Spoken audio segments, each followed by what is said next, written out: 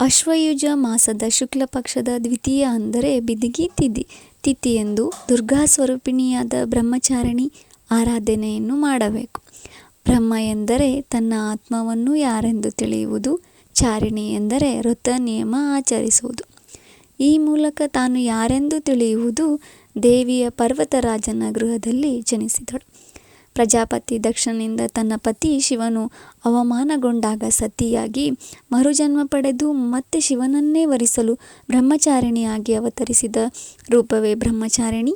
ಶಿವನನ್ನು ವಿವಾಹ ಆಗಲು ಸಾವಿರಾರು ವರ್ಷ ಬ್ರಹ್ಮಚಾರಿಣಿಯ ಹಣ್ಣು ಎಲೆ ಸೇವಿಸುತ್ತಾ, ನಂತರ ಬಿಲ್ವಪತ್ರೆ ಜಲವನ್ನು ಸೇವಿಸುತ್ತಾ, ನಂತರ ಎಲ್ಲವನ್ನೂ ನಿಲ್ಲಿಸಿ ನೆಲದ ಮೇಲೆ ನಿದ್ರಿಸುತ್ತಾ ಕಠೋರ ತಪಸ್ಸನ್ನು ಆಚರಿಸುತ್ತಾಳೆ. ಈ ತಪೋಶಕ್ತಿಯಿಂದ ಶಿವನನ್ನು ಒಲಿಸಿಕೊಂಡು ವಿವಾಹ ಆಗುವ ಅವತಾರವೇ ಬ್ರಹ್ಮಚಾರಿಣಿ. ಬಲಗೈಯಲ್ಲಿ ಜಪಮಾಲೆ, ಮತ್ತೊಂದು ಕೈಯಲ್ಲಿ ಕಮಂಡಲ ಹಿಡಿದು ನಿಂತ ಸ್ವರೂಪದಲ್ಲಿ ಸಾವಿರಾರು ವರ್ಷಗಳ ಕಾಲ ತಪಸ್ಸನ್ನಾಚರಿಸಿ ತನ್ನನ್ನು ತಾನು ಶಿವನಿಗೆ ಅರ್ಪಿಸಿಕೊಂಡಿದ್ದರಿಂದ ಇವಳನ್ನು ಅಪರ್ಣಾದೇವಿ ಹೆಸರಿನಿಂದಲೂ ಕರೆಯಲಾಗಿದೆ. ಈ ಕಠೋರ ತಪಸ್ಸಿನಿಂದ ದೇವಿಗೆ ಶಕ್ತಿಹೀನತೆಯಾದಾಗ ಸ್ತ್ರೀ ಸ್ವರೂಪ ಮರು ದಿವ್ಯ ಚೈತನ್ಯಕ್ಕೆ ಪರಮೇಶ್ವರ ತನ್ನ ಕೈಯಲ್ಲಿದ್ದ ತ್ರಿಶೂಲ ನೀಡಿದರೆ, ಮಹಾವಿಷ್ಣು ತನ್ನ ಆಯುಧವಾದ ಸುದರ್ಶನ ಚಕ್ರವನ್ನು ನೀಡುತ್ತಾನೆ.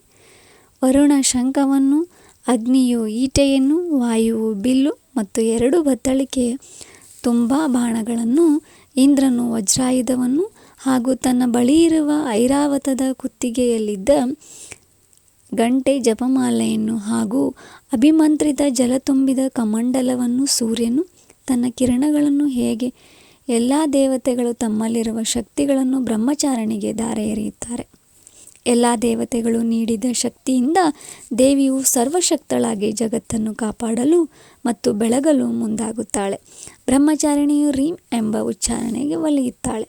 ಬಿಳಿ ಬಣ್ಣದ ವಸ್ತ್ರವನ್ನು ಉಟ್ಟುಕೊಂಡು ಜ್ಞಾನದ ಪ್ರತೀಕಳಾಗಿದ್ದಾಳೆ. ವಾಗ್ದೇವಿಯು ವ್ಯಾಕರಣ ರೂಪದಲ್ಲಿದ್ದು ಮಾನವ ಕುಲಕ್ಕೆ ನೀತಿ ಪಾಠವನ್ನು ಬೋಧಿಸುತ್ತಿದ್ದಾಳೆ. ಕೈಯಲ್ಲಿರುವ ಕಮಲವು ಜ್ಯೋತಿಷ್ಯವಾಗಿದೆ. ಧನ ಸಂಪತ್ತಿನ ಧಾತ್ರಿಯೂ ಮೋಕ್ಷದಾಯಿನಿಯೂ ಆಗಿರುವಳು. ಜ್ಞಾನ ಮತ್ತು ವಿಜ್ಞಾನಗಳನ್ನು ದಯಪಾಲಿಸುವಳು.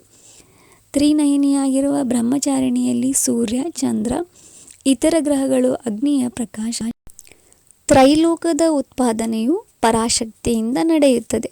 ಬ್ರಹ್ಮಚಾರಿಣಿಯು ವಾಕ್ಶಕ್ತಿ ಮತ್ತು ತ್ರಿನೇತ್ರಿಯಾಗಿ ಇಚ್ಛಾ, ಜ್ಞಾನ ಮತ್ತು ಕ್ರಿಯೆಗಳೆಂಬ 3 ಗುಣಗಳನ್ನು ಹೊಂದಿದ್ದಾಳೆ. ವಾಕ್, ಮನಸ್ಸು ಮತ್ತು ಪ್ರಾಣರೂಪಳಾಗಿ ವಿಶ್ವದ ಸಂಚಾಲನೆಯನ್ನು ಮಾಡುತ್ತಾ ಬ್ರಹ್ಮಮಯಿಯಾಗಿದ್ದಾಳೆ.